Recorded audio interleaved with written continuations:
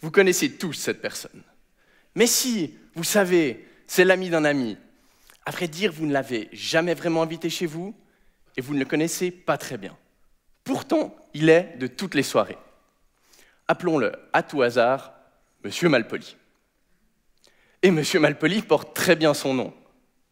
Il n'enlève jamais ses chaussures en arrivant chez vous, il est maladroit, casse tout, renverse son verre, et bien entendu, c'est toujours à vous de nettoyer derrière lui. Vous voyez, vous connaissez Monsieur Malpoli.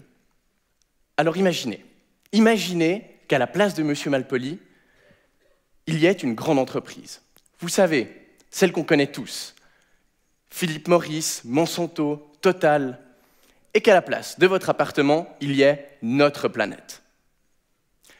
Bien sûr, dans ce cas, les conséquences sont beaucoup plus graves.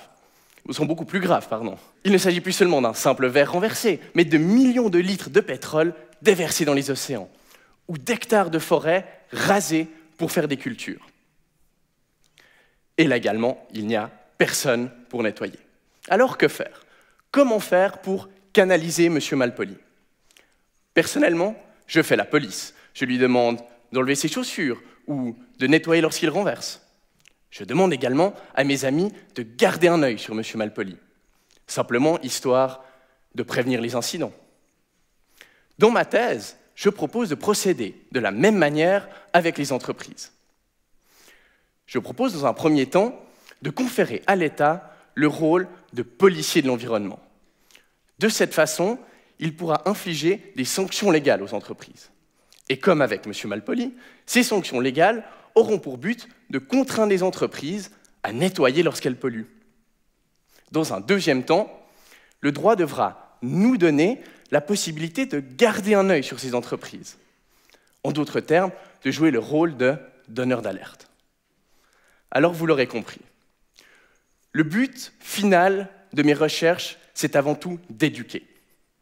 Car oui, secrètement, on espère tous que M. Malpoli apprendra. On sait que ce sera long.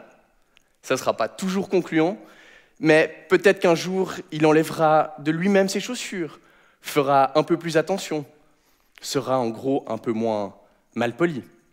Et peut-être que d'une façon similaire, les entreprises, elles aussi, feront un effort, qu'elles utiliseront des processus plus respectueux de l'environnement et feront ainsi un peu plus attention à notre maison commune. Je vous remercie de votre attention.